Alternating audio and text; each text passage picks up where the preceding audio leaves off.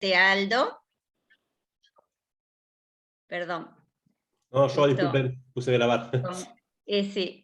Sí, en este caso al docente responsable, Julio Tealdo, y muy especialmente a la invitada, Natalia Quiroga Díaz, a quien he escuchado en otras oportunidades y verdaderamente es todo un placer y todo un honor. La Cátedra Abierta de Estudios Latinoamericanos José Martí este año está cumpliendo 10 años y lleva realizadas en este periodo más de 100 actividades en sus sucesivas programaciones anuales. La verdad es que el año pasado los docentes habían presentado propuestas pensadas para la presencialidad y aceptaron el desafío de convertirlas a la virtualidad. Es para nosotros también una satisfacción el hecho de poder contar con un equipo, con una estructura y con una decisión política e institucional de seguir llevando a cabo estas actividades. Es decir, cuando se da esta conjunción de compromiso de los actores y de las políticas institucionales, es que se pueden afrontar y en todo caso aspirar a desarrollar positivamente estos desafíos. Así que desde la Cátedra Martí, en este 10º aniversario, en un día en que va Natalia especialmente a tratar uno de los temas, por qué no decirlo, de las problemáticas evidentemente centrales para la agenda de América Latina y centrales también en cuanto a lo que Latinoamérica tiene para ofrecer al mundo. Es que, bueno, me permito felicitarlos y sobre todo agradecerles el compromiso del docente responsable, de la académica invitada y de todos y cada uno de ustedes participantes, porque estas actividades como cátedra abierta son gratuitas y tienen la vocación, como abiertas, de llevar conocimiento, inquietudes y sobre todo que puedan dialogar con expertos, no solo los miembros de la comunidad académica, sino de la comunidad en su conjunto. Así que les doy la mejor de las bienvenidas y el mayor de los agradecimientos. Muchas gracias. Bueno, gracias, Ana. Yo le voy a presentar a Natalia, decir, yo soy Julio Tealdo, director del programa de Economía Social y Solidaria de la Universidad del Litoral, y junto con la Cátedra de Economía Social y Solidaria que tenemos en la universidad, junto a Ruta Serrat y Julio Loseco, bueno, venimos trabajando hace años en la temática de economía social y solidaria, entendiendo que el debate de una nueva economía, de una nueva sociedad, es muy importante y más en estos tiempos. Y bueno, y la idea de invitarla a Natalia fue trabajar un tema que también nos inquieta, como es el feminismo y la economía social y solidaria. Natalia es economista de la Facultad de Ciencia Económica de la Universidad Nacional de Colombia, es una especialista en el tema, ha hecho la maestría o el magíster en Economía Social y Solidaria de la Universidad Nacional de General Sarmiento. También se ha especializado, especialista en desarrollo regional de la Universidad de Andes de Colombia. Participa como coordinadora de Economía Feminista Emancipadora desde marzo del 2017 y por supuesto que forma parte del equipo de la Universidad Nacional de General Sarmiento como coordinadora académica de la maestría y como investigadora docente del Instituto del Conurbano de la Universidad de General Sarmiento. Bueno, Natalia tiene un recorrido muy amplio de publicaciones y de trabajos en la temática, al igual que de seminarios, y ha escrito el libro Economía Postpatriarcal, y después, en el año 2019, y ha participado en distintos trabajos de investigación y de extensión sobre la temática, tales como luchas y alternativas para un enfoque, para una economía feminista, interpelaciones del 8 de marzo a la economía urbana, las mujeres, si las mujeres paramos el mundo se detiene, economía popular y solidaria para el decrecimiento. Es decir, tiene una amplia trayectoria en la temática y que tuvimos el gusto hace 3 o 4 años atrás también tenerla presencialmente en uno de los eventos de nuestra universidad, y que ahora, bueno, con mucha amabilidad aceptó, como decía Ana, poder charlar este tema de nuevo y debatirlo y ponerlo en debate a través de estas nuevas modalidades que todos estamos asistiendo en épocas de pandemia. Y bueno, el tema de hoy no hay duda que es un tema de total actualidad, en términos que la pandemia creo que ha desnudado nuevos problemas a los que ya venían estructuralmente, o los que ya vienen estructuralmente en el sistema capitalista. Así que bueno, Natalia, te dejamos en esta charla sobre las perspectivas feministas de la economía social y solidaria ante la crisis del COVID. Y bueno, la idea sería que luego de la exposición de Natalia, podamos hacer preguntas, si quieren en el chat lo van haciendo, y después vamos al final de la charla a hacer un intercambio con Natalia en la temática. Muchas gracias. Bueno, Ana, muchísimas gracias por esta invitación. Para mí es una alegría enorme estar, aunque sea virtualmente, en la universidad nuevamente. La verdad que habíamos años anteriores explorado la posibilidad de volver a generar un espacio de reflexión entre esos encuentros entre la economía feminista y la economía social, pero bueno, la pandemia nos ha llevado a trabajar en este modo virtual, y bueno, es un gusto porque sé que hay un enorme interés en la universidad y una enorme trayectoria en el campo de la economía social y solidaria, así que por eso hay tantos entrecruzamientos y tanta sintonía entre los programas de estudio. Hoy me interesa muchísimo remarcar el contexto en el que estamos, ¿no? Por eso voy a dedicar una parte muy importante de la exposición a que podamos entender cuáles han sido las consecuencias de la crisis, cuál es el contexto en el que se produce esta crisis, un poco para entender la pertinencia y la necesidad de pensar la reconstrucción económica desde las economías feministas, sociales y solidarias, porque efectivamente hay una sintonía muy importante y que efectivamente son la respuesta a esta crisis que es de orden global. Bueno, voy a compartirles un poco la presentación y por supuesto que si hay alguna inquietud, no duden en interrumpir. La idea es que sea un diálogo, que tengamos un diálogo, una charla y que podamos ir intercambiando. Así que, bueno, cualquier pregunta que surja, la idea es que se sientan en toda la libertad de preguntar, de hacer comentarios, de interrogar. Bueno, así que un poco, yo creo que es interesante entender, digamos, las características de esta crisis que estamos viviendo, porque efectivamente la crisis que vivimos no es solamente una crisis de la Argentina, ni tan solo una crisis latinoamericana, sino que es una crisis de carácter global. Si ustedes miran la gráfica, lo que van a ver es la comparación del comportamiento de las economías entre 2019, 2020 y 2021. 2019 es un año no pandémico, ¿no? Entonces, lo que tenemos es el comportamiento de las economías más importantes del planeta. Fíjense cómo en 2019 las economías llamadas desarrolladas tenían un crecimiento del 1,7%, que es un crecimiento muy tímido. Estados Unidos 2,2%.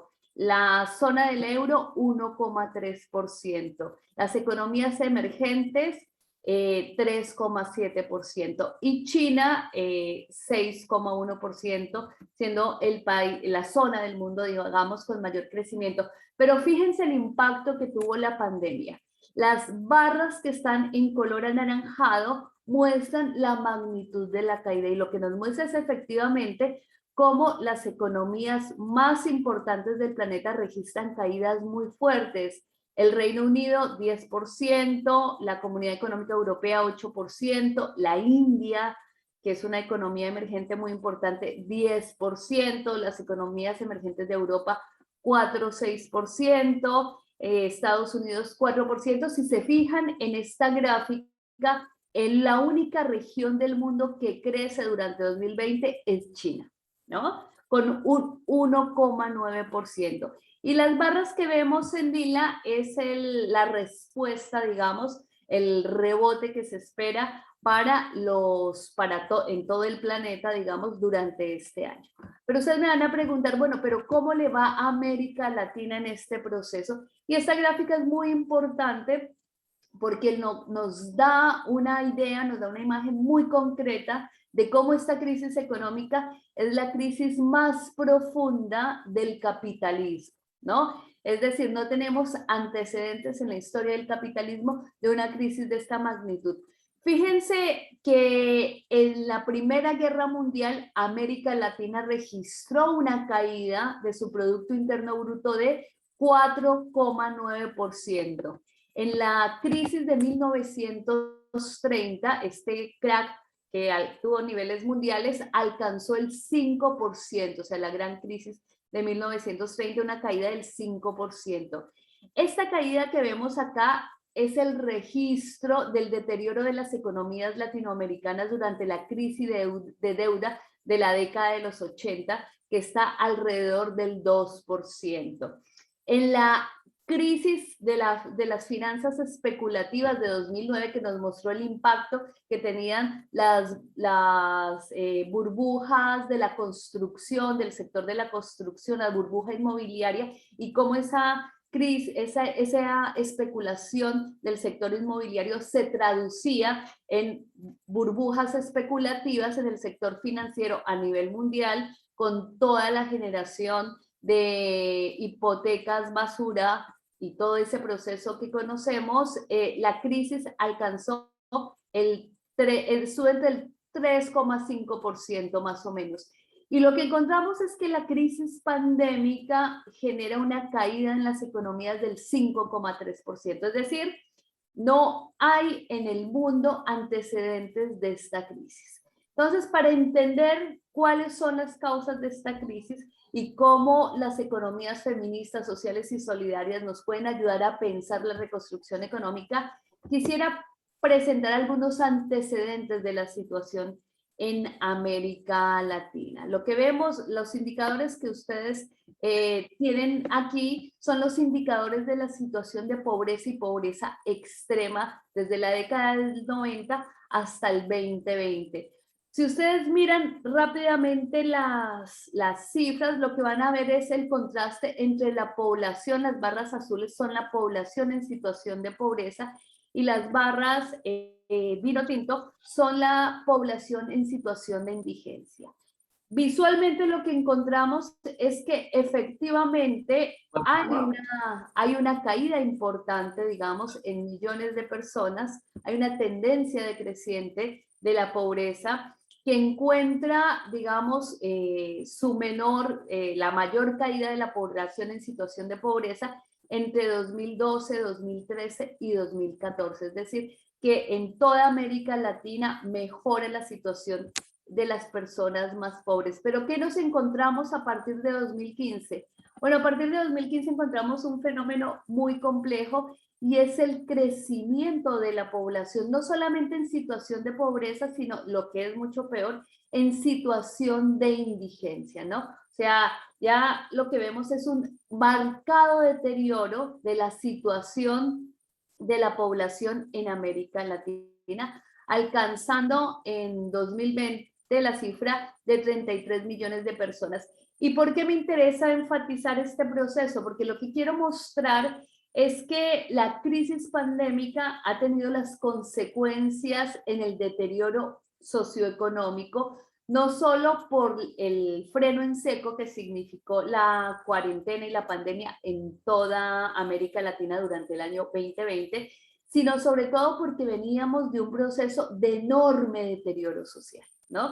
Si no hubiéramos tenido el debilitamiento que teníamos en la dinámica económica y en la capacidad de los estados de garantizar las condiciones para la reproducción de la vida, no hubiéramos tenido consecuencias tan letales como las que hemos tenido, ¿no? Y además, como ustedes saben, cuando hablamos del deterioro económico, sabemos que este impacta de manera exacerbada en la situación de las mujeres, ¿no? Y esto no solamente ocurre por la desigualdad estructural que sufren las mujeres, que se expresa en una sobrerepresentación en ocupaciones más precarias, con menores derechos salariales, que enfrentan una tremenda flexibilización laboral. Tampoco se explica solamente por la brecha salarial, que implica que una mujer, por el hecho de ser mujer, devenga menores salarios que un varón con sus mismas calificaciones y experiencia, sino que además la feminización de la pobreza sobre todo está relacionada con la situación de que en los hogares más pobres que tienen jefatura femenina, digamos, de un solo ingreso dependen más personas, y eso es un elemento central, porque en toda América Latina estamos registrando que en aquellos hogares donde hay o personas que necesitan cuidados, sea por vejez, enfermedad, o personas que necesitan cuidados porque son infantes, lo que encontramos es una marcada feminización de la pobreza. Entonces, eso quiere decir que las mujeres en América Latina con un solo ingreso sostienen a todos los que no pueden generar ingresos y necesitan cuidados. Y esto se ve claramente en este gráfico. Como ustedes ven, los gráficos van más allá del 100%. ¿Qué quiere decir eso? Que, por ejemplo, en 2015, la probabilidad de una mujer de estar en situación de pobreza extrema era del 116%, ¿no? Es decir, una mayor probabilidad que un varón, y de estar en la pobreza el 113%. Pero entonces, lo que podemos observar visualmente es cómo además las mujeres todavía, o sea, no solamente sufren pobreza, sino que sufren un tipo de pobreza que es una pobreza extrema. Digamos, ¿cuál es la causa, cuáles de las múltiples causas que explican el deterioro en América Latina? Nos interesa marcar que el principal problema está relacionado con la desigualdad, ¿no? Como bien sabemos, en América Latina no tenemos situación de escasez de recursos, y el problema de América Latina no es de carencia de riqueza, el problema es de una profunda concentración de la riqueza, ¿no? Y lo que tenemos acá es el indicador de el índice de Gini, que el índice de Gini es un indicador que muestra los procesos de concentración de la riqueza. Cuando está más cerca de cero, estamos hablando de una desigualdad total, es decir, una persona posee toda la riqueza. Y cuando, excúsenme, al contrario, cuando el indicador es de cero, es la igualdad total. Todos los recursos están distribuidos igualitariamente. Si el indicador de Gini fuera de 1, quiere decir que una persona es propietaria de toda la riqueza. Fíjense que en América Latina lo que tenemos es una tendencia al crecimiento del indicador de Gini. Y acá lo vemos que está alrededor de 0,58, 0,524. Entonces, lo que vemos acá es el impacto que está teniendo la desigualdad. Como sabemos, Brasil es un país donde la desigualdad es muchísimo mayor, y vemos efectivamente, bueno, cómo se expresa esa desigualdad, ¿no? O sea, lo que nos muestra esa gráfica es la desigualdad. ¿Cuál es una de las expresiones radicales de la desigualdad que afronta América Latina? La concentración de la tierra.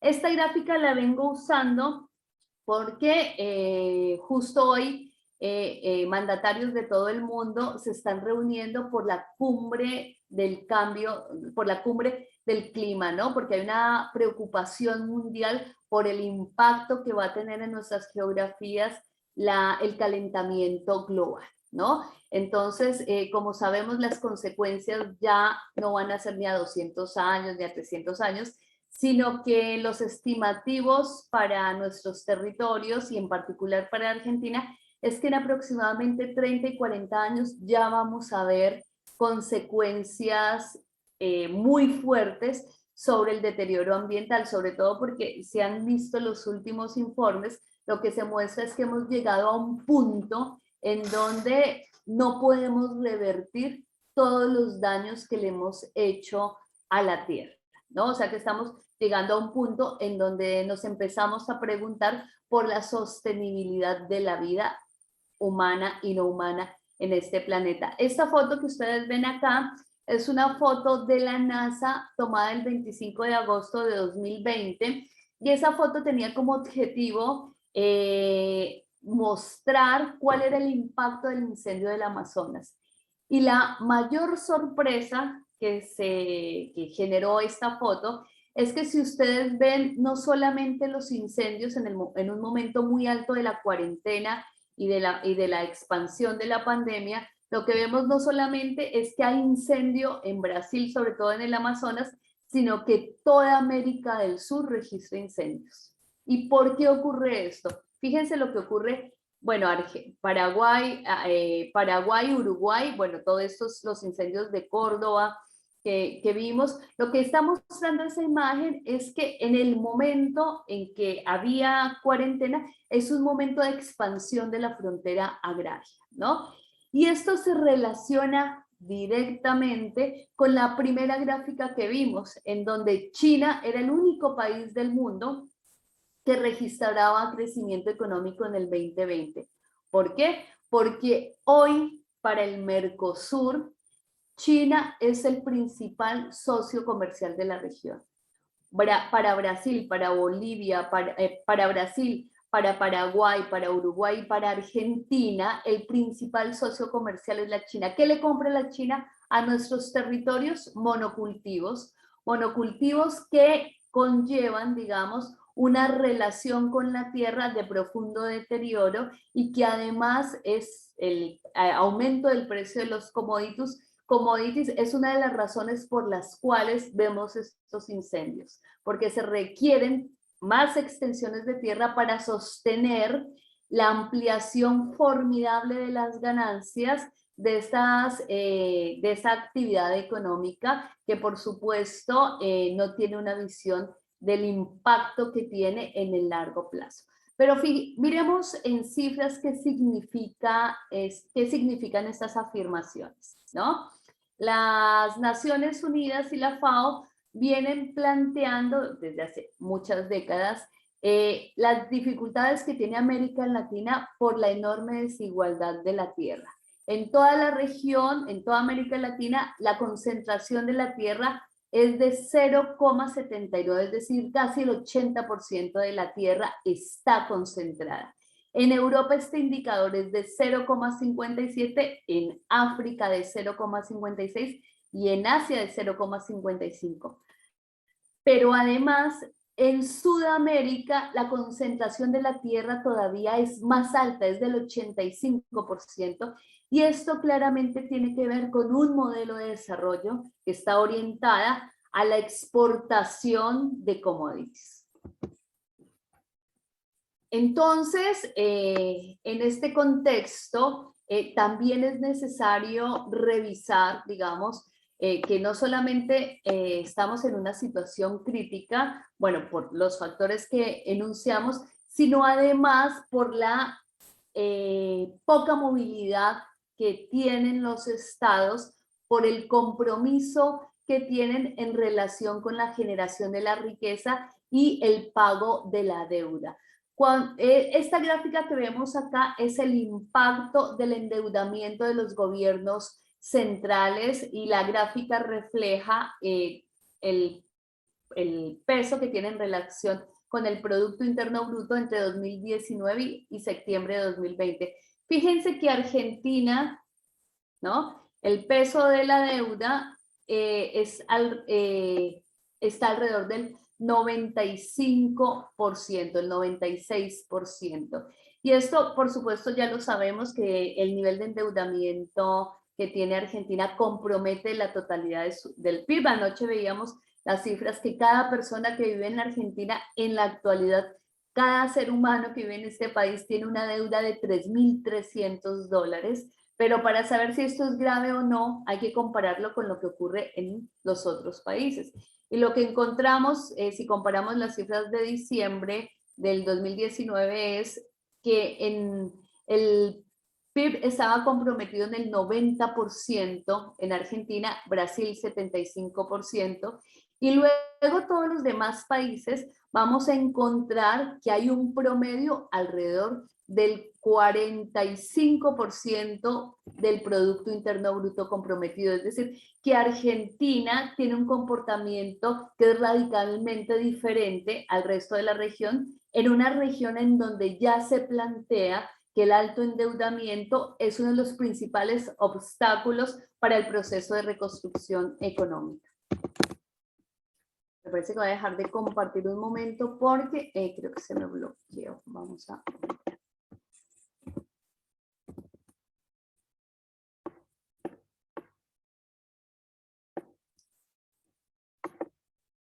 Entonces, ¿cuáles han sido las consecuencias de este proceso?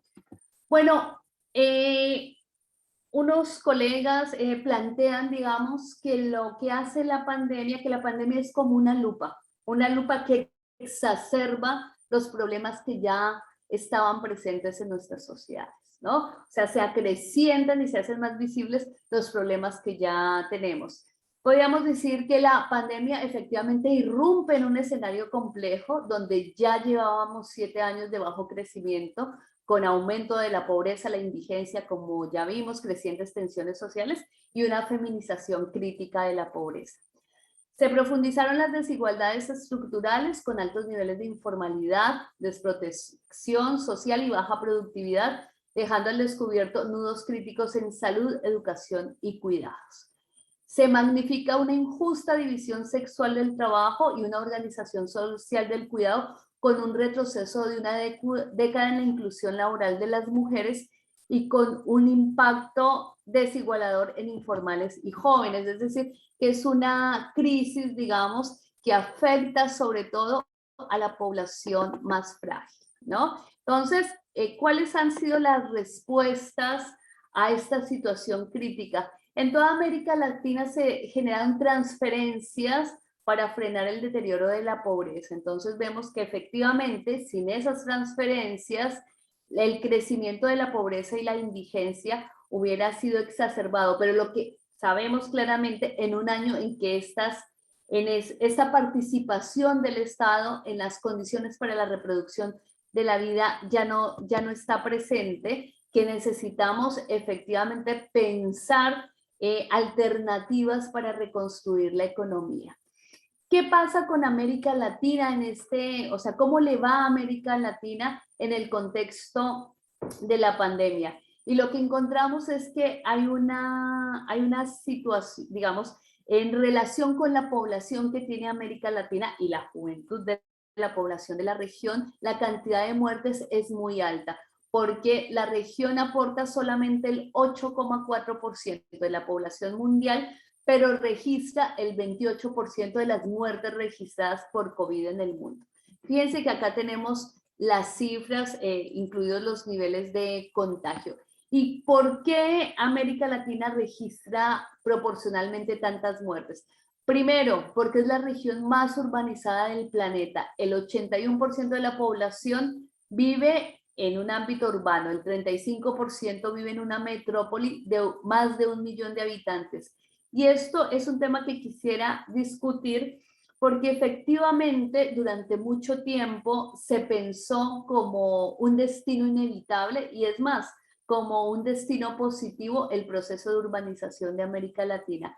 Hoy, gracias a la mirada y los aportes de la perspectiva ambiental, sabemos claramente que no es eficiente la vida de millones de personas concentradas en un espacio en donde el impacto sobre la naturaleza es muy fuerte por todo el tema de la huella ambiental, por la ineficiencia que significa toda la producción de basura y el desperdicio de bienes y servicios, pero también porque en estos contextos pandémicos la concentración urbana es un espacio que favorece el desarrollo de estas pandemias, ¿no? Y además, y esto directamente relacionada con la gráfica que vimos anteriormente de concentración de la tierra, porque la forma en la que América Latina desarrolla el hábitat urbano está en este contexto de profunda desigualdad, está marcado por el hacinamiento, la falta de acceso a servicios básicos y las enormes fragilidades que tiene el sistema de bienestar social y el sistema de salud, ¿no? Entonces tenemos sistemas de salud fragmentados, desiguales, desfinanciados y un desigual acceso a la salud, ¿no? Y en este contexto, por supuesto, si vamos a ver sectorialmente, las mujeres han tenido una enorme, han sufrido con mayor fuerza el impacto negativo de la economía, porque efectivamente las mujeres están sobrerepresentadas en actividades que han sido muy golpeadas. El sector turismo, que es un sector donde hay una enorme precarización laboral, el sector de manufactura, que sí es un sector, excepto las maquilas en Centroamérica, en donde hay una mayor acceso a los derechos laborales, pero si vemos todo el sector de comercio al por mayor y al por menor, es un sector marcado por los bajos salarios y la baja, digamos, el bajo acceso a derechos laborales, la caída tremenda que en todo el continente ha tenido el trabajo doméstico. Recordemos que el trabajo doméstico representa en la región 13 millones de puestos de trabajo. Y esos 13 millones de puestos de trabajo durante esta época de depresión económica y pandemia se han reducido a la mitad los puestos de trabajo, y este es un elemento central porque en Argentina una de las principales actividades económicas para las mujeres es justamente el trabajo doméstico y todo lo que tiene que ver con la salud y la educación. También otra cifra muy interesante es que las mujeres están mayoritariamente ubicadas en actividades económicas que no son mayores a 5 personas, ¿no? Y esto es clave porque esas son las actividades económicas que cerraron en la pandemia. Para ir finalizando, les quería mostrar, esta gráfica es de la participación de las mujeres en el sector salud. Y lo que está mostrando esta gráfica es la brecha salarial. Como sabemos, el sistema patriarcal ha hecho que las mujeres, se ha considerado que el hecho de ser mujer implica tener una vocación natural para todas las actividades de cuidado y reproducción. Bueno, esa expresión del patriarcado hace que efectivamente, incluso en actividades remuneradas, como son las actividades de la salud, las mujeres enfrenten enormes desigualdades. Y esto queda muy claro en esta gráfica. En Argentina, las mujeres que están vinculadas al sector salud, que son un 70% de toda la población que está, de todos los trabajadores y trabajadoras del sector salud, enfrentan una brecha salarial del 18,5%. Es decir, las mujeres por ser mujeres ganan 18,5% menos. Y esta es una realidad que está presente en buena parte de los países. En Brasil la brecha salarial es del 27%, en Chile del 27%, Colombia 24%, Panamá 32% y llamativamente República Dominicana, y es el único país que registra una bajísima brecha salarial, ¿no? Bueno, esto digamos nos muestra las graves implicaciones que tiene el patriarcado en una crisis como la que estamos enfrentando. Esta gráfica que seguramente ustedes ya conocen porque este estudio tuvo enorme repercusión, muestra cuál es el comportamiento, cuál es el aporte de los trabajos domésticos no remunerados, de trabajos domésticos y de cuidados no remunerados en relación con el Producto Interno Bruto. Encontramos que para la Argentina el 16% del Producto Interno Bruto es producido por el trabajo que mayoritariamente hacen las mujeres. Fíjense que el sector económico más importante de la Argentina es el del trabajo doméstico de cuidados, con un 16%, que contrasta con el aporte de la industria del 13,2%, del comercio 13%, de las actividades primarias 6,3% y de la construcción 3,4%.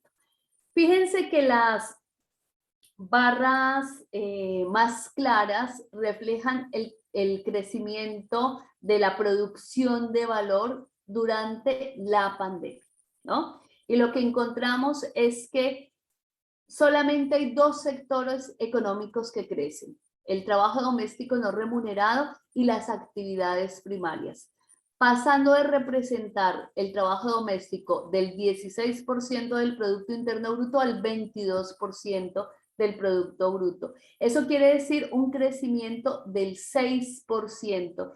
¿Qué nos indica esta cifra? Algo que ya está muy reconocido por los distintos estudios de la economía feminista en las distintas crisis. Y es que cuando hay un proceso de crisis económica y hay una caída de los salarios totales, la respuesta es que los hogares se convierten en un espacio de enorme producción de bienes y servicios, ¿no? Entonces, digamos, si antes los ingresos permitían que la alimentación se desarrollara fuera del hogar, todo se resuelve dentro del hogar, y eso lo vivimos claramente porque en estos años de pandemia no solamente las necesidades más elementales, sino la educación, la recreación, bueno, un sinfín de actividades. Y la pandemia ha sido un momento como para mostrar y hacer muy explícito cómo los cuerpos de las mujeres son los que terminan sosteniendo las sociedades. No olvidemos que las primeras mujeres que mueren en Argentina por causa del COVID-19 son las mujeres que están al frente de los comedores comunitarios. Es decir, que cuando analizamos esta participación en la producción de valor, tenemos que tener en cuenta que también dentro de este trabajo están los trabajos comunitarios. Y esto también se hace muy claro cuando vemos la producción de valor en el ámbito doméstico y de cuidados por quintil de ingreso. Lo que vemos es que las mujeres más empobrecidas trabajan 7 horas al día en lo no remunerado, ¿no? Las mujeres del quintil 5 de mayores ingresos tan solo 3 horas. Y cuando vemos la relación entre lo que aportan los varones y las mujeres, vemos una brecha de responsabilidades muy clara en el sector más empobrecido, con casi 4 horas de diferencia. Y en el quintil 5 solamente 1 hora de diferencia. Y obviamente ya sabemos que esto no tiene que ver con que la división sexual del trabajo sea más justa para los sectores de mayores ingresos, sino que estos sectores derivan en estas mujeres pobres la realización de ese trabajo doméstico y de cuidados. Es decir, que estas mujeres trabajan 7 horas sin remuneración y luego tienen que hacer otras jornadas completas para tener acceso a los ingresos monetarios, ¿no? Quisiera cerrar acá un poco en esta primera parte, que es la de diagnóstico, para saber si hay alguna pregunta o hay algún comentario.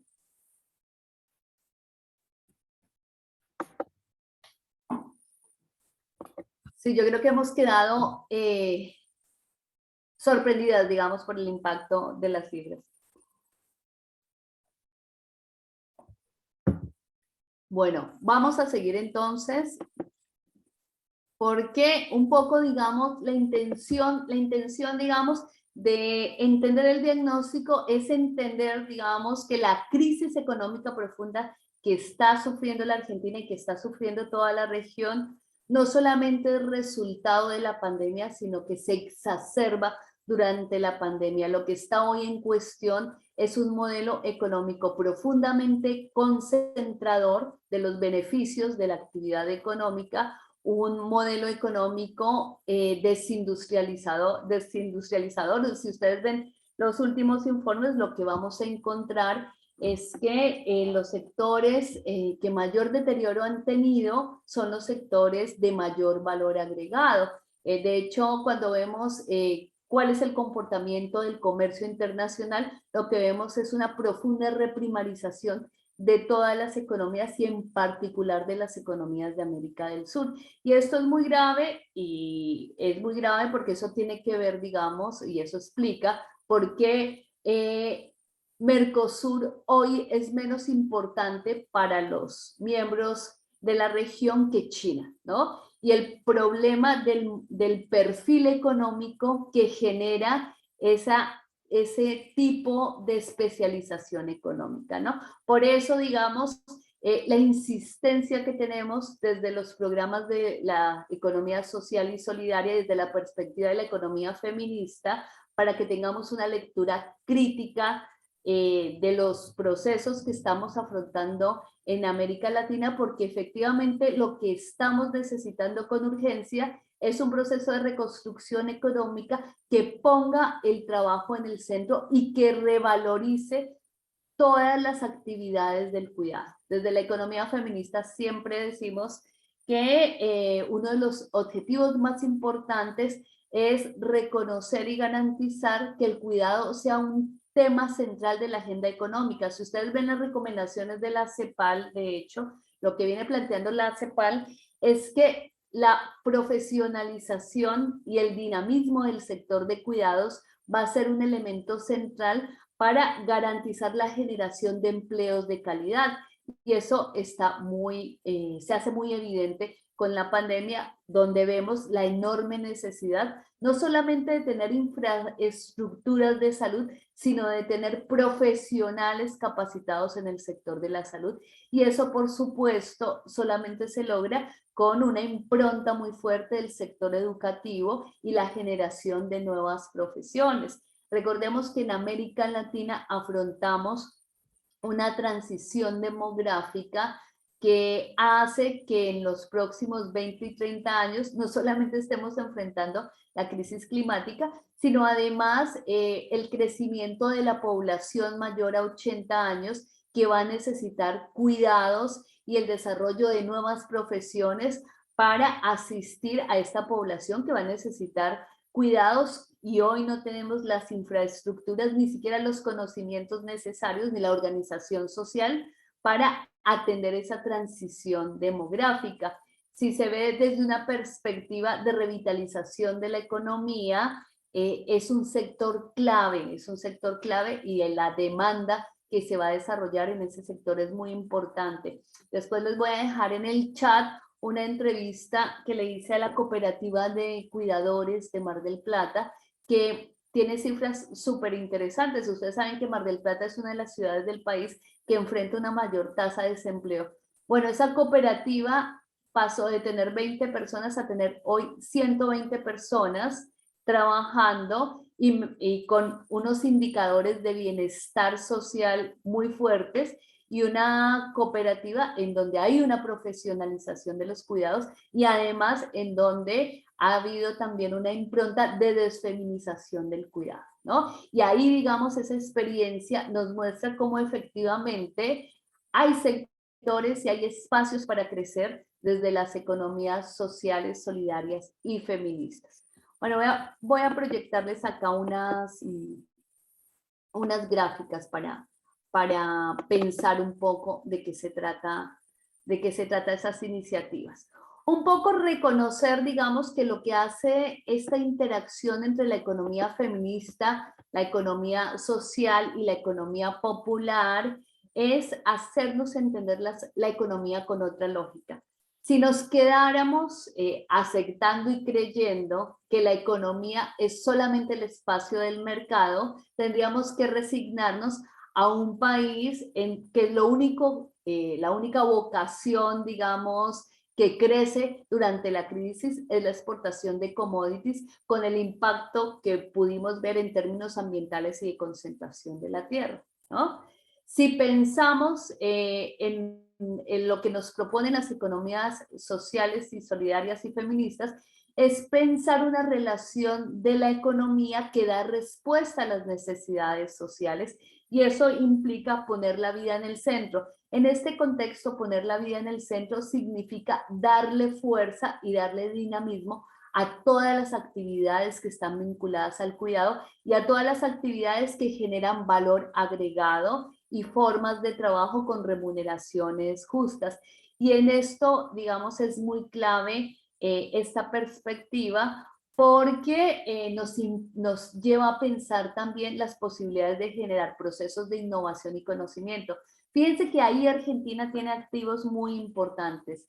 Durante la pandemia, el Estado hizo un llamado a generar programas de investigación que ayudaran a resolver la crisis del COVID-19, y tenemos que de las universidades públicas y de los investigadores e investigadoras de CONICET salieron un conjunto de iniciativas en un tiempo récord, desde test para detectar el COVID-19, o sea, no tuvimos que esperar a que otros países lo resolvieran, el país lo resolvió además en tiempo récord, la generación de mascarillas, bueno, todo un conjunto de programas de investigación.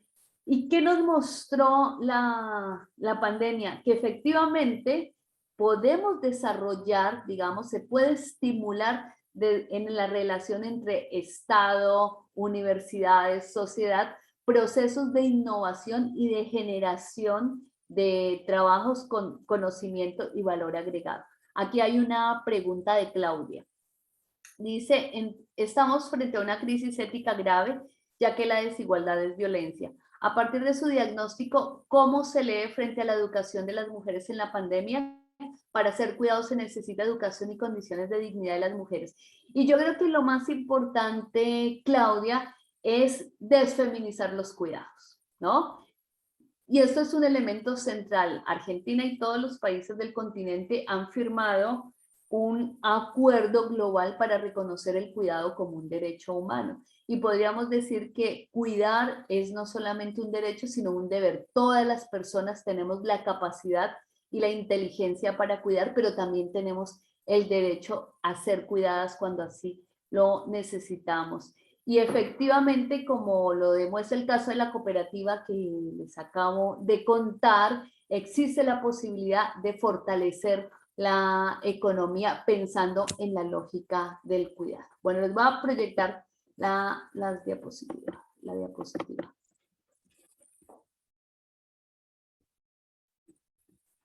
Aquí está.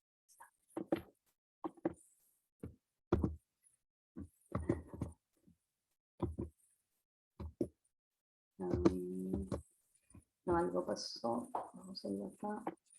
No, ese es el impacto de la crisis. Aquí está. ¿Por qué nos sirve la perspectiva de la economía social y popular? Primero, porque es una caja de herramientas teóricas y políticas para analizar la diversidad de economías. Entonces, fíjense que vengo insistiendo en que uno de los problemas principales de la región es la profunda reprimarización de la economía y la dependencia del comercio exterior de una pequeña producción de bienes y servicios con bajo valor agregado. Plantear una economía saludable es plantear una economía diversa, en donde podamos organizar el funcionamiento de la economía atendiendo a las necesidades y servicios locales y regionales, ¿no? Las economías sociales y populares reconocen que la vida es interdependiente y ecodependiente, ¿no? Ahí veo que está Lucas, que leyó muchísimas veces a Franz Hinkelamer y la concepción del sujeto necesitado, y ahí vemos claramente cómo hay una enorme coincidencia entre la perspectiva de la economía social y de la economía feminista, porque ambas reconocen que muy lejos de ser el homo economicus, los seres humanos somos profundamente frágiles, vulnerables, necesitamos cuidados prácticamente durante todo nuestro ciclo de vida, y además necesitamos de las otras personas para poder vivir y para generar economía. Es decir, que no nos podemos pensar como seres individuales, sino siempre conectados a un territorio y a un conjunto de relaciones que no son solamente humanas, sino son no humanas. ¿Qué sería de la universidad y qué sería de Santa Fe sin pensar su relación con el río? Todo lo que implica pensarse en una identidad vinculada al río y todas las actividades económicas y relaciones con el territorio que eso genera. La economía feminista, por supuesto que no solo habla de las mujeres, habla de la manera como en la economía neoliberal, sobre todo, las condiciones para la reproducción de la vida son ocultadas, digamos, no son reconocidas con el objetivo de ensanchar las ganancias de capitales muy concentrados y de que los estados no reconozcan ni en la forma de gasto público ni en la forma de construir instituciones las condiciones necesarias para sostener a las sociedades. Siempre se confía que el cuerpo de las mujeres va a ser un elemento, un activo fundamental para salir de la crisis, ¿no?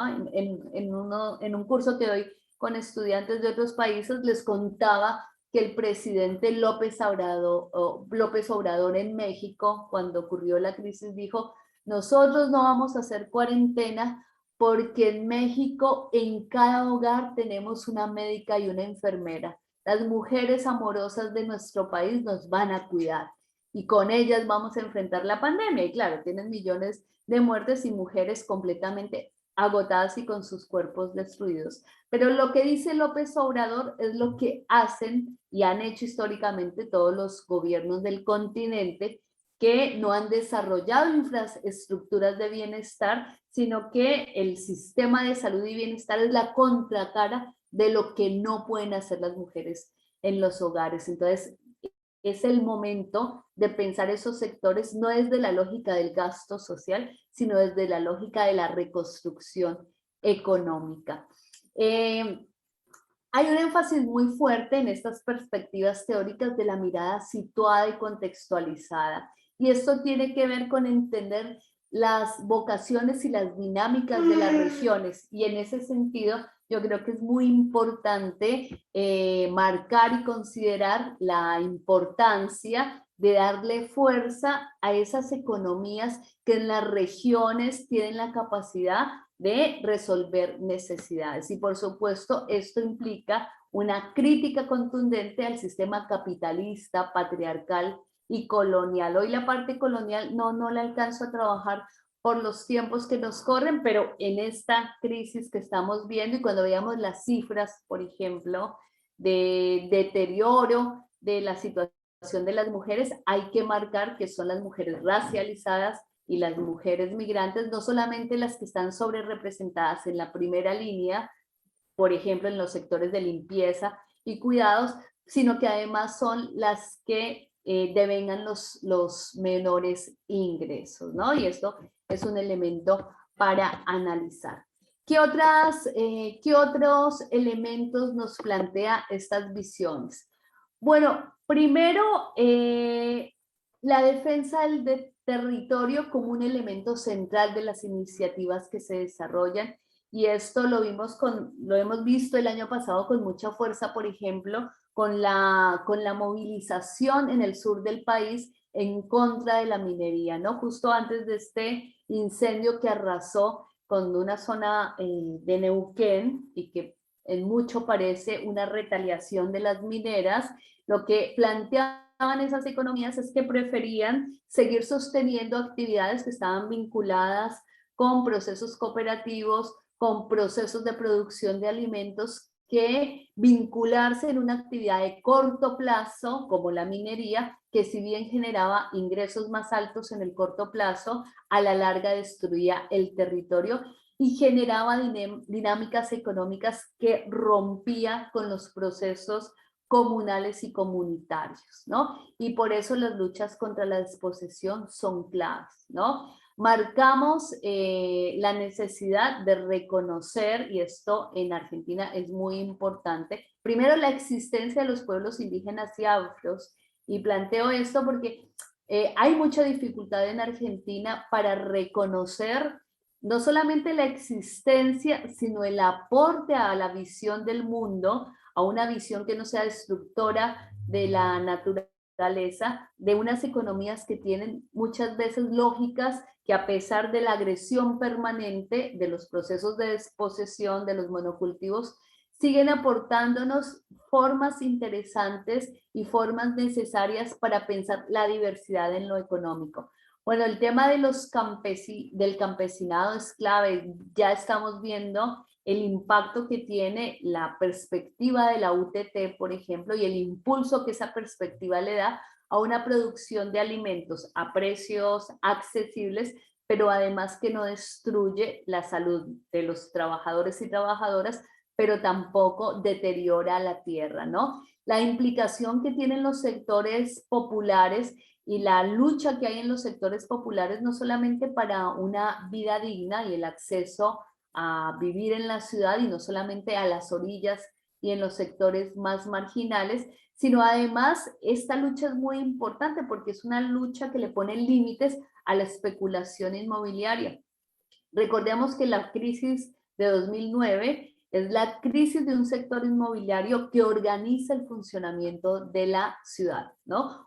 Donde el Estado se corre para darle espacio a la especulación inmobiliaria, y eso lo digo en una ciudad que, en un lugar en donde hay un parque y árboles y naturaleza de cara al río, van a tumbar y a darle pavimento a toda esa zona para hacer torres, incluso sabiendo que en menos de 20 años el crecimiento del agua que está generando el calentamiento global va a hacer que esos lugares sean inhabitables. Pero bueno, eso es lo que hace la especulación inmobiliaria, ¿no?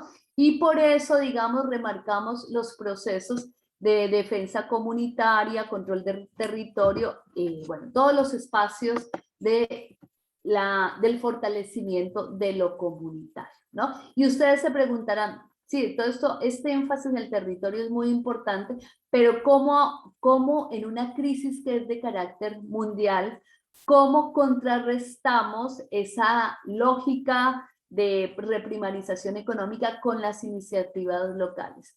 Y la respuesta es muy del orden de lo político, porque efectivamente este proceso de destrucción de la naturaleza ocurre también porque nuestras sociedades, digamos, no han encarado activamente, o la ciudadanía o los habitantes de los territorios, no estamos encarando una actividad y un ejercicio de lo político que le ponga límites a esa destrucción de la naturaleza.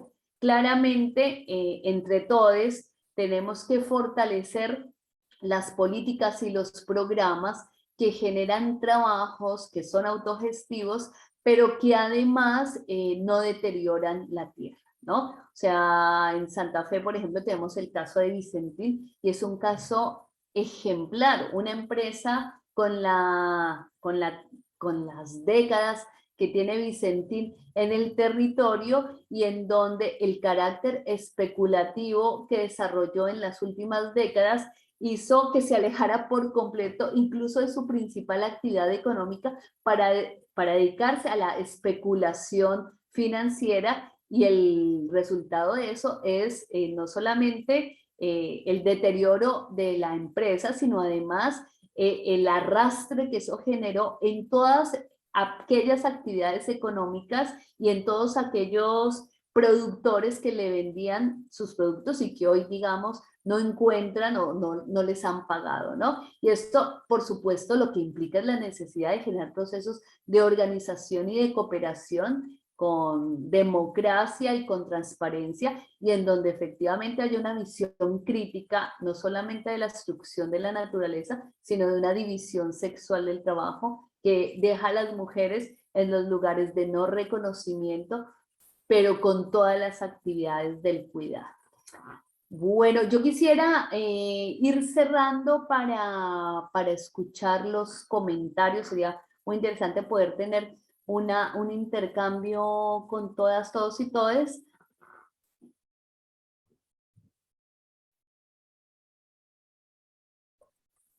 Natalia, hay una pregunta, hay un comentario, pregunta de Ruth en el chat. ¿Lo podés ver o te lo leo como quieras? Bueno, léelo tú, así hacemos algo más. Sí, así te... Acá te pregunta, Natalia, ¿se puede pensar en la necesidad de naturalizar el concepto de crueldad en los procesos de evaluación académica como ejercicio del poder patriarcal? El ejercicio de poder en situaciones no rentadas se reconocen desde una perspectiva violenta y machista, y en este sentido se podría pensar que en condiciones no económicas son igual de violentas. Pregunta, ¿se podría pensar que superar el modelo neoliberal y utilitarista es un desafío necesario, pero no el único? Eso es cierto, eso es cierto. De hecho, muchas veces dentro de la economía social tenemos también una mirada de no en todos los espacios de las economías sociales y solidarias hay relaciones no patriarcales. Y eso lo vemos claramente cuando en las organizaciones de las cooperativas, de las asociaciones, en las recuperadas, son los varones quienes acaparan los lugares de poder y decisión, y las mujeres son subordinadas a los lugares de responsabilidad, pero sin reconocimiento, ¿no? Así que como tú lo dices, Ruth, efectivamente, o sea, el patriarcado es un sistema más antiguo que el sistema capitalista. Lo que pasa es que ese entrecruzamiento entre capitalismo y patriarcado lo que ha generado es una concentración de la riqueza y una expansión de la actividad económica a expensas de una economía completamente desconectada de las condiciones para la reproducción, que terminan siendo feminizadas y por esa vía invisibilizadas y no reconocidas. Y en esto yo creo que es muy importante lo que tú marcas en relación con la violencia, ¿no? Porque la violencia, digamos, no solamente tiene que ver con la violencia física, sino con todos los mecanismos institucionales que se generan para que muchas mujeres sean puestas en lugares de no reconocimiento social o explotadas, porque esa se convierte en una forma de sostener el poder de ciertos varones. Entonces, sí, es muy importante, digamos, efectivamente construir procesos más democráticos de institucionalización, ¿no? Porque en nuestras instituciones son un fiel reflejo no solamente de la violencia patriarcal, sino de la violencia colonial y de clase. Muchísimas gracias, Natalia. Muy clara. Gracias. Qué bueno, Ruth. Vos hablaste hoy, Natalia, del futuro de la economía del cuidado.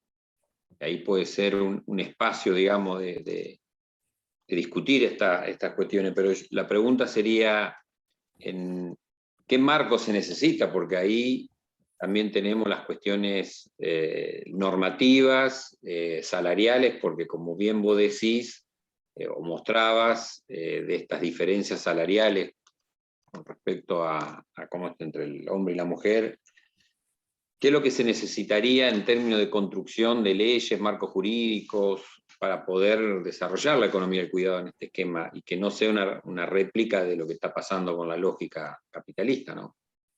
Yo creo que una parte muy importante, uno de los principales desafíos, es pensar un marco normativo que deje de pensar la economía empresarial capitalista como el único espacio de generación de trabajo y valor, porque uno de los enormes problemas uno de los grandes problemas que tienen las iniciativas de la economía social y solidaria es que, por ejemplo, hay enormes dificultades para pensar las propiedades colectivas, ¿no? Entonces, ante esa gráfica de la concentración de la tierra, sería muy interesante un ejercicio de democratización de la tierra, y muchas veces esos ejercicios implican darle fuerza e impulso a procesos cooperativos en donde hayan marcos que permitan pensar economías que no estén hechas a las medidas de la lógica empresarial capitalista. Y por otro lado, yo creo que, bueno, esto lo dice siempre en la maestría de Economía Social Corallo, y me voy a robar su afirmación. Corallo siempre dice que una de las cosas que a nadie le sorprende es la acción decidida del Estado financiando la actividad empresarial privada.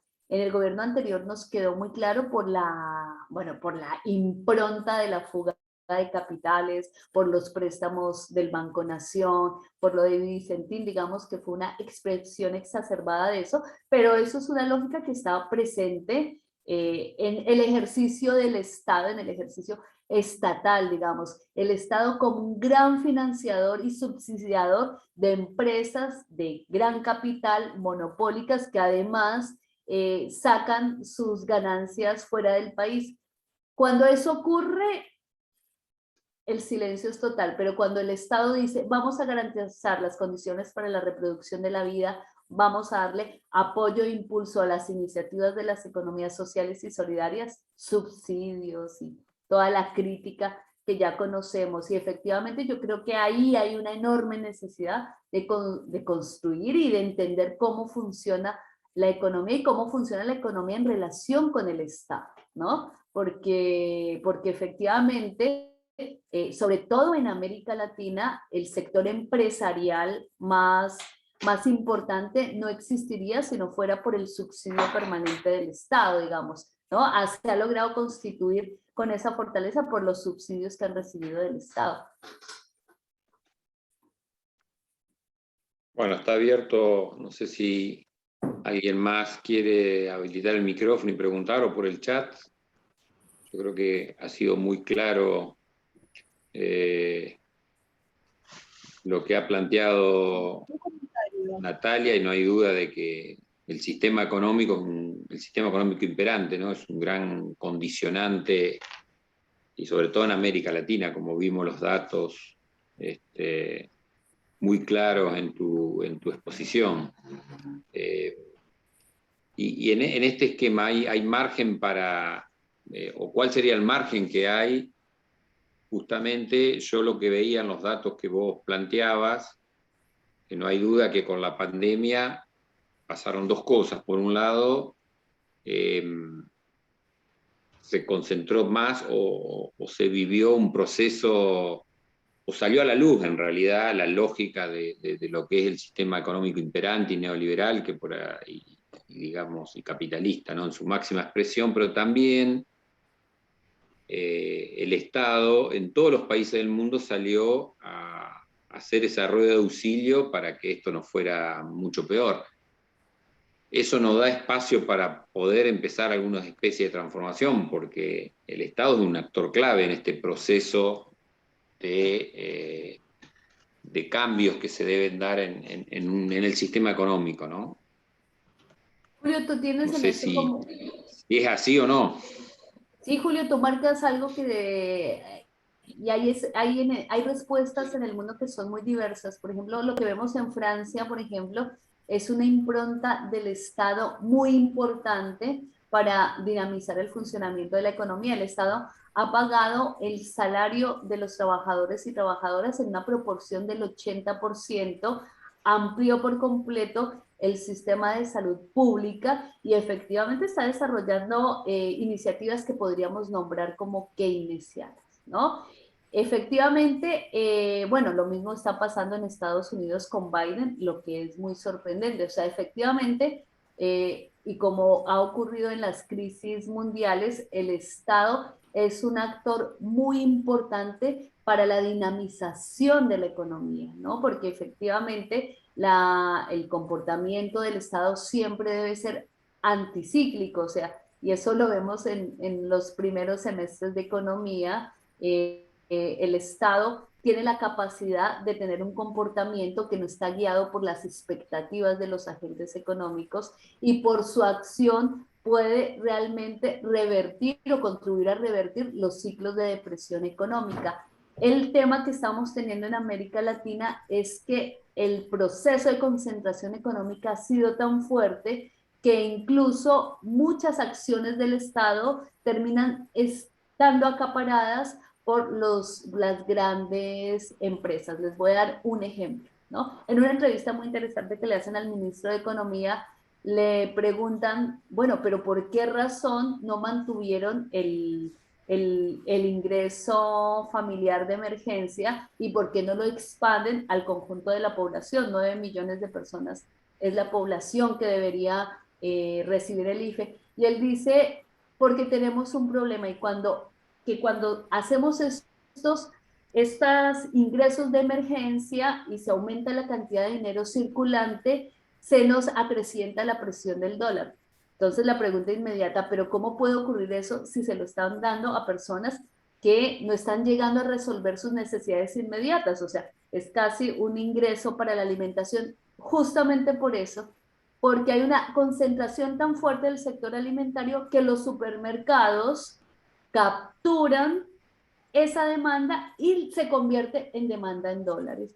Y ahí vemos la enorme necesidad de generar un sector de economía social y solidaria fuerte, contundente, con una expansión geográfica importante. Necesitamos que la gente deje de comprar en Coto, en Carrefour, en Jumbo, porque efectivamente esas empresas trasladan el crecimiento de las ganancias a dólares y lo sacan del país, mientras que las economías sociales y populares generan trabajo, garantizan vidas dignas, tienen compromisos con el territorio en el que se desarrollan. Y ahí vemos las enormes consecuencias de tener una mirada empresarial de la economía, empresarial capitalista de la economía.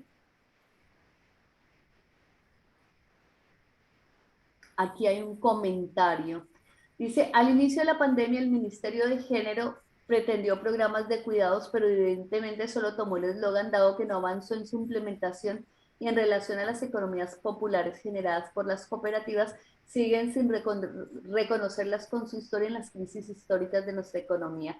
El cambio no se dará porque la mentalidad de política patriarcal persiste, siendo que dicha persistencia de formas feudales se sostienen para sostener a las economías feministas.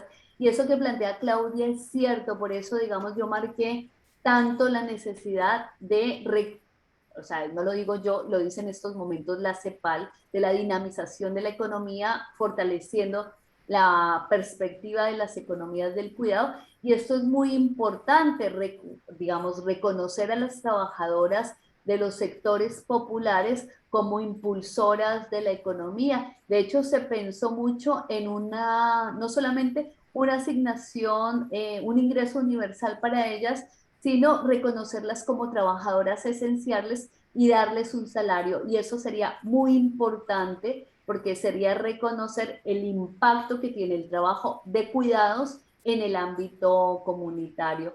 Y efectivamente, les puse en el chat la entrevista que le hice a Elsa Miori, porque, digamos, uno de los espacios en donde se podría dinamizar mucho el trabajo, no solo de las mujeres, sino un trabajo de los cuidados especializados, tiene que ver con estas cooperativas, que sería clave, porque el PAMI, por ejemplo, el PAMI no solamente está completamente desbordado, sino que la remuneración que reconocen para cuidadoras, lo digo en femenino porque el 90% son cuidadoras, está completamente desactualizado, ¿no? Entonces, estas iniciativas, que podrían ser iniciativas territoriales y regionales, pueden responder muy bien a una demanda que existe, que está insatisfecha y que efectivamente implicaría un mejoramiento en la condición de vida de las sociedades, ¿no? Entonces, sí, fíjense en la entrevista porque nos da muchas claves digamos, de cómo desde las economías sociales y solidarias podemos afrontar esta crisis que estamos viviendo actualmente.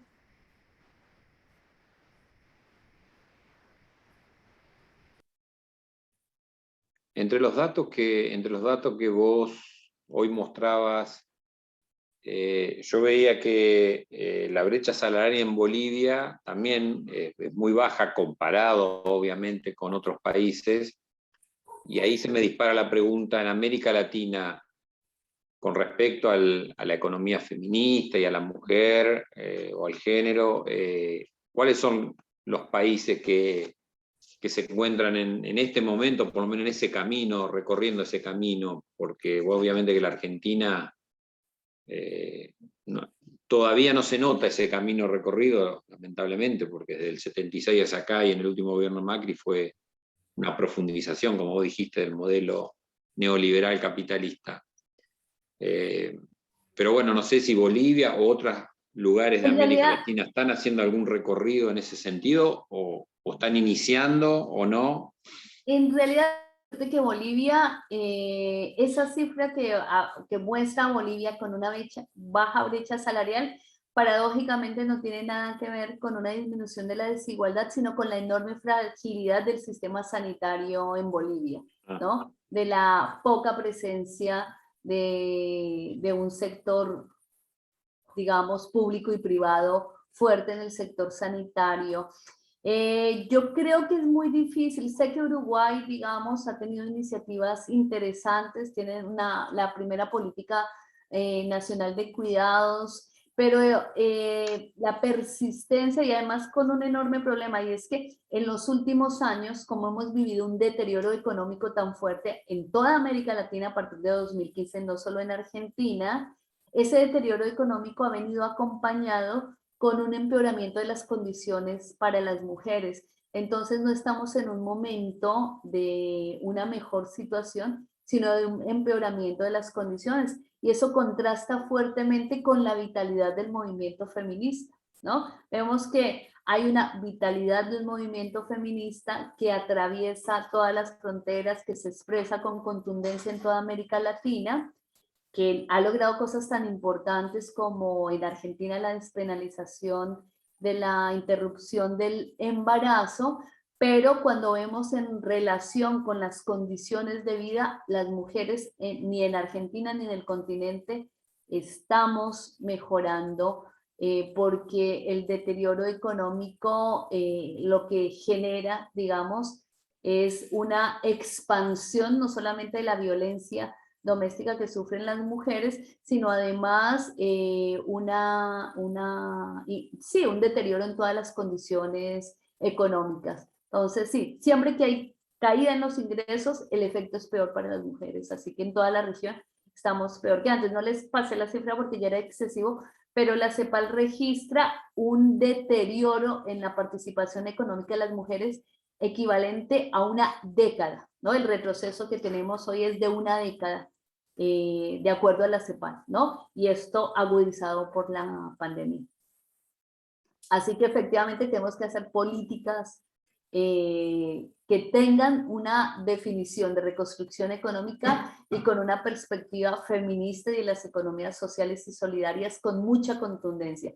No podemos seguir pensando que los empresarios van a acumular y los empresarios van a generar empleos, porque los empresarios van a acumular y van a sacar su plata fuera del país.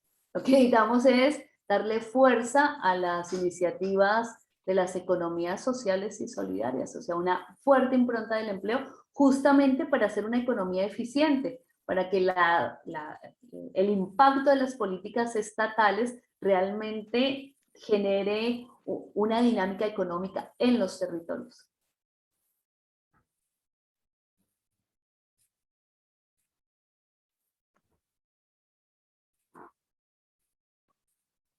Y ahí la universidad, ¿qué te parece? ¿Qué rol debería tener nuestros espacios universitarios, no?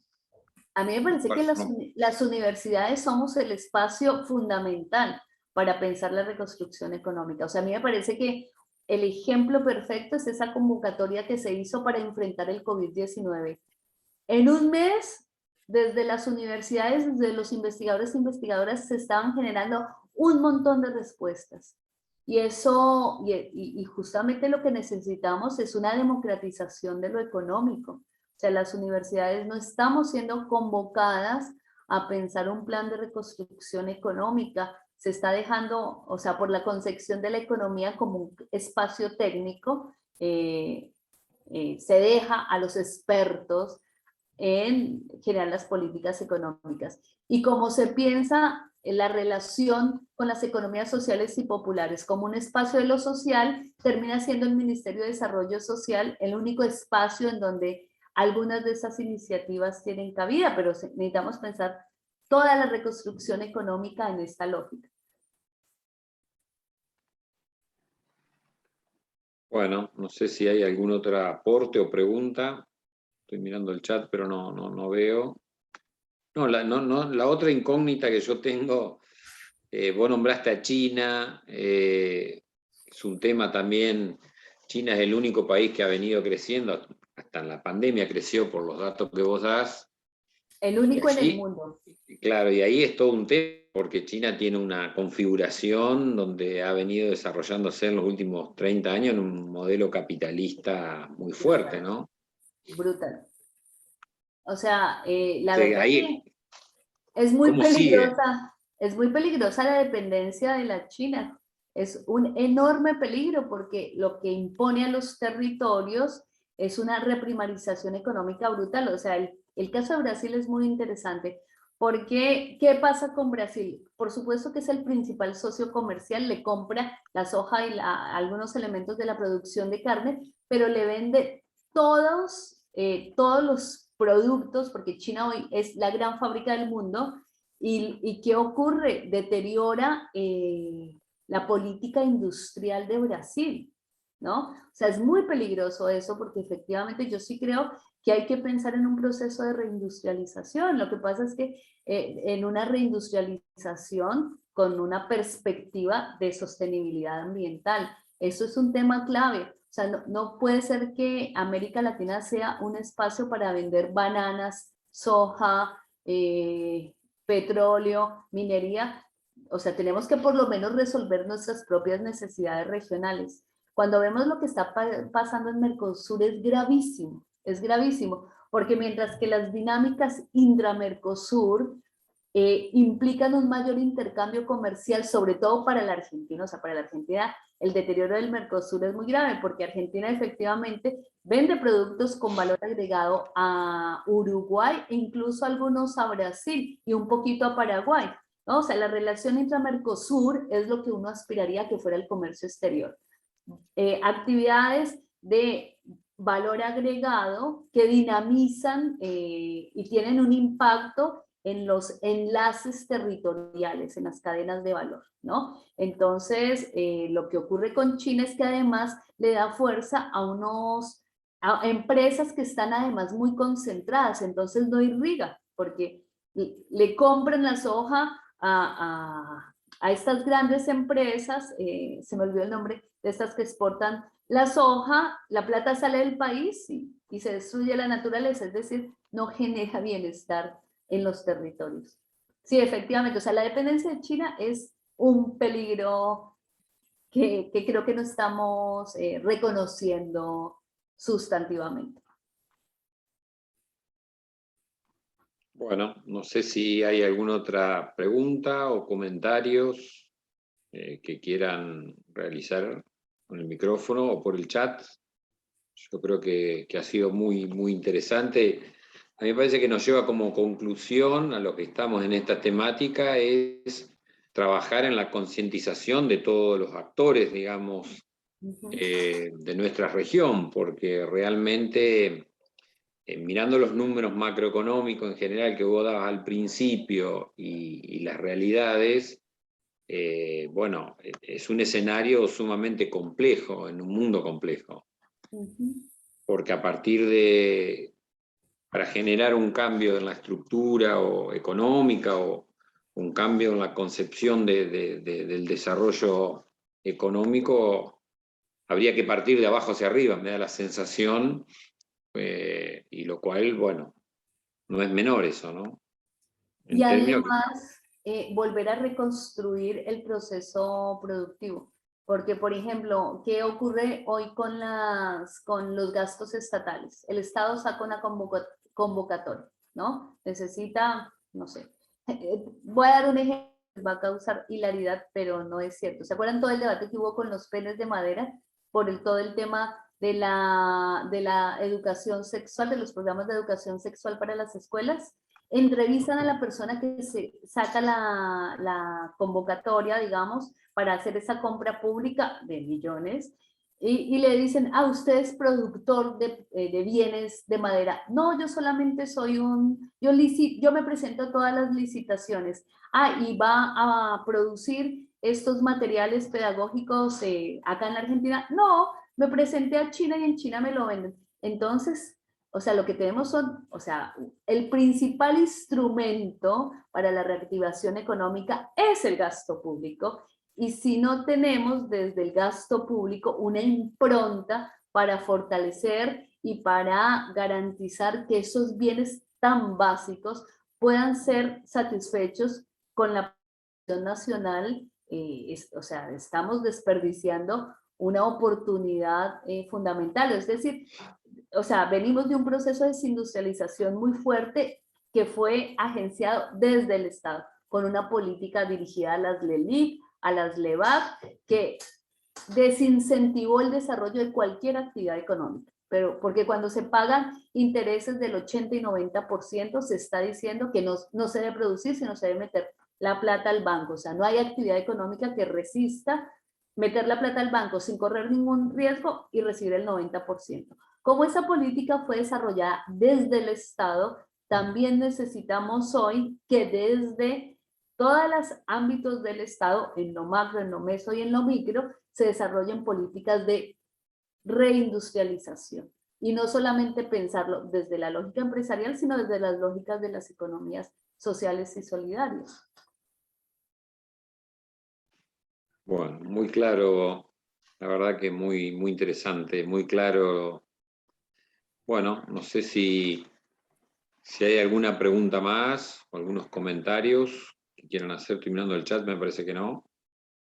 Sí, Julio, yo creo que cuando termine esto, que va a terminar momentáneamente porque este modelo de desarrollo va a generar más pandemias, sí tendríamos que organizar un espacio de intercambio con más tiempo, de capacitación, porque efectivamente hay que cambiar como la lógica de formulación de políticas, de demanda de la